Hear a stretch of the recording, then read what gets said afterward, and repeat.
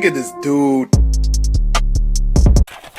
What's poppin', everybody? Welcome back to another video. Hey man, if you haven't already done so, make sure you are subscribed to the channel, smash the like button, click that bell while you're at it so you can be a part of the Post Noti Gang family, best family on YouTube, and that's no cap, hands down. Hey man, we are here for Ray William Johnson.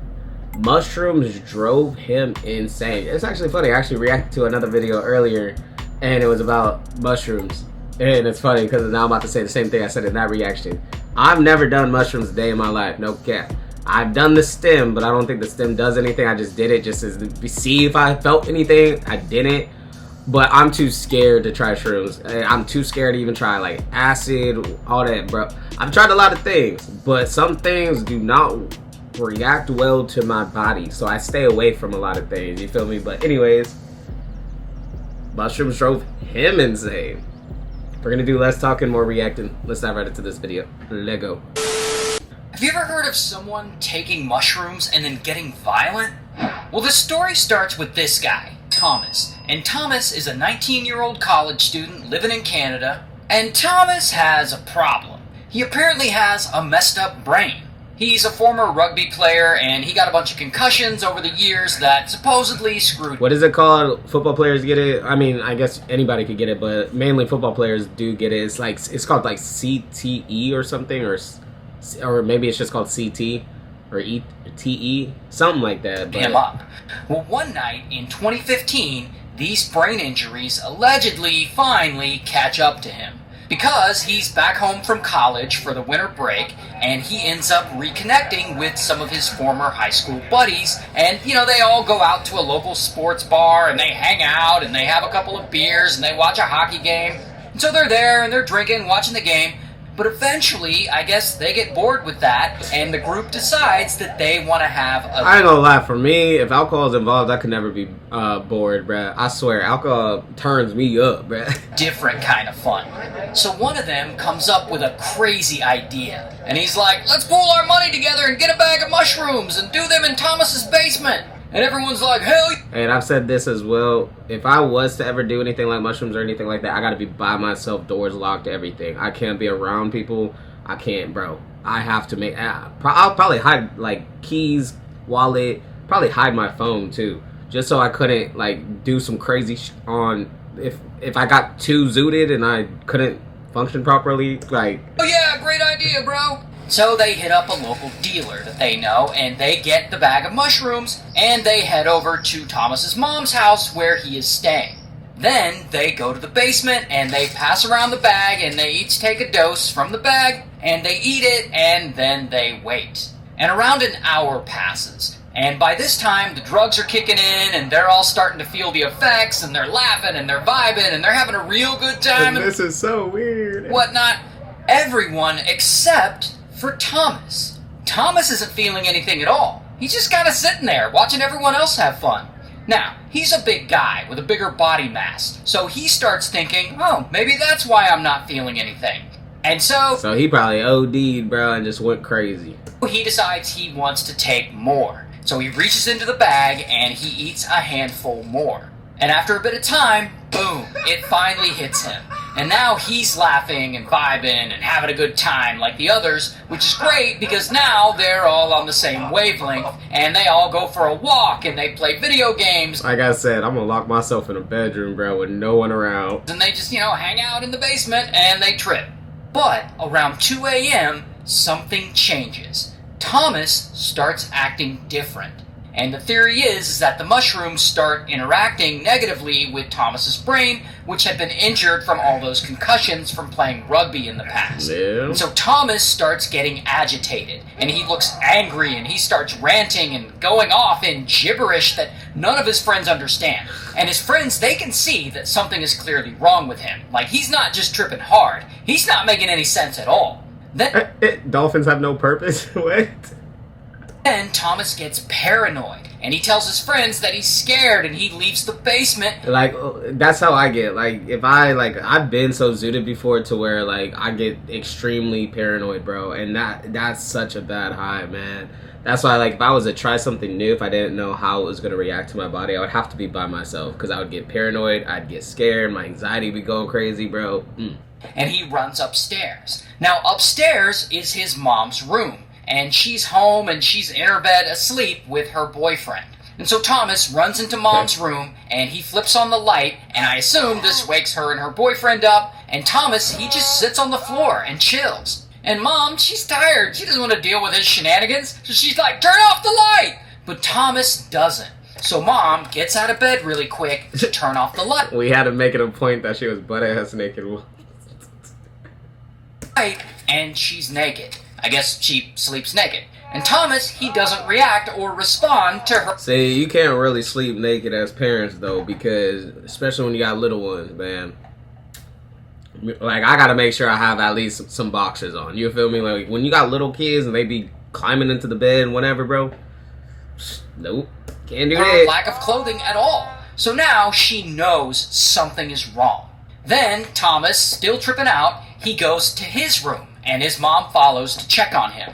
And all this commotion wakes Thomas's sister up. And this is when things start to get really wild. Because apparently Thomas starts seeing his mom and sister as demons. And this makes you was tripping balls. That is a terrible high. Him go even crazier. And Thomas starts yelling at his mom and calling her Satan and calling her the devil. And she's trying to calm him down. Then he's yelling at the both of them, mom and sister, and he's shining his phone's flashlight on them and calling them the devil. Then Thomas says, I'm gonna go to my I don't plan on taking shrooms ever. Fuck that. Dad's house. His parents are divorced, but his dad only lives like a block away. So he's gonna go... Oh, hell no, bro. I could not imagine living close like that to my baby mamas. Hell no. There. And Mom and Sister, they try to block the door to prevent him from leaving, but boom, Thomas just shoves them out of the way, and he sprints outside into the cold. And he's completely barefoot and shirtless, and it's December in Canada. It's like snowing outside and freezing. Bro's about to die from hypothermia, bro. And poor Mom, she tries running after him with a jacket, but he's too fast, and she eventually loses sight of him. Then one of Thomas's friends, who we'll just call Friend, I assume Friend is like still high on mushrooms, and he jumps into a car along with Mom and Mom's boyfriend, and they make the 1-minute drive to Thomas's dad's house. And when they pull onto Dad's street, they see Thomas standing outside of this random neighbor's house. And so Friend, he gets out of the car and he approaches Thomas and he gives him a jacket and he starts talking to him and trying to calm him down. But Thomas is not calm. He starts shouting, and at some point during all this madness, he goes into such a psychotic state that he started thinking that he's some kind of god. Yeah, at this point, y'all need to call the ambulance, get him detoxed. And he yells, I am God! Nobody can stop me! And he starts cursing Friend out and trying to fight him. So Friend goes back in the car, and Thomas follows him. And Thomas is still mad. And he picks up a rock, and boom, he smashes it against the driver's side window. Then boom, he hits it a second time. And again, boom, and the window finally shatters. And everyone in the car is all freaking out, and they're like, we need to call 911! Yeah, 911 should have been already dialed, bruh. But no one has a phone. It seems like they left the house so fast that none of them grabbed their phones. And so they leave, and they drive back to Mom's house. While Thomas, he runs over to his dad's house. And there, he finds a window, and he gets into the house that way.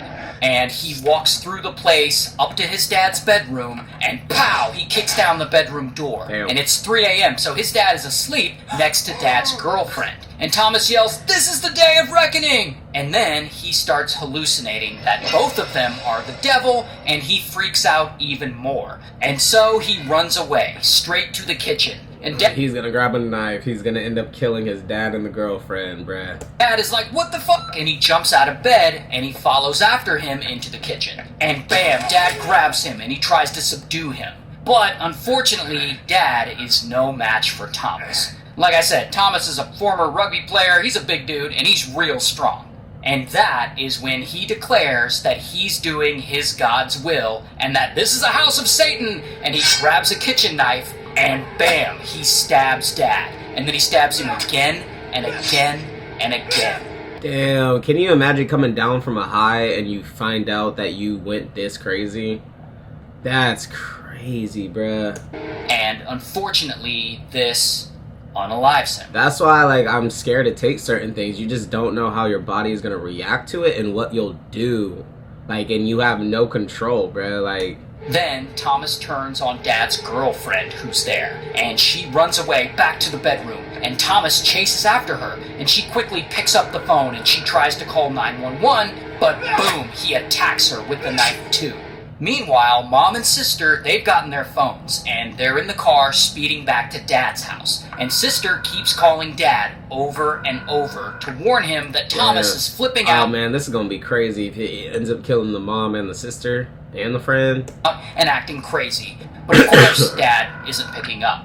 And so they get to his house, and Mom and Sister try ringing the doorbell like 1,000,000 times, and they hear a bunch of shouting inside, but no one is coming to the door. So Mom and Sister call the police. And so, pretty quickly, police arrive, and bam, they arrest Thomas. Damn. And I don't have a mugshot, but here's a picture of him in real life. Meanwhile, Dad's girlfriend is rushed to the hospital, and she has to undergo multiple surgeries, and she even loses her right eye, but luckily, she survives. Wow. And so Thomas, he has this whole trial, and he's ultimately found guilty of manslaughter, and he's sentenced to 5 years in prison. And then after that, there's like a battle in appeals court for a long while, and anyway, he's out now, so. Damn. I'm actually really surprised he only got 5 years. He killed his dad, and then the girlfriend lost her eye, had to get only 5 years in prison. I'm surprised. Maybe they gave him the benefit of the doubt because he was so tripping off shrooms. They were just like, all right, well, he didn't mean to do it, blase, blase. But still, 5 years, that's it? That's pretty wild. But anyways, y'all, if you guys made it to the end, I do greatly, greatly appreciate it. Smash the like button, leave a comment, click that bell while you're at it. Till next time, I'm going to see y'all next time. I'm out.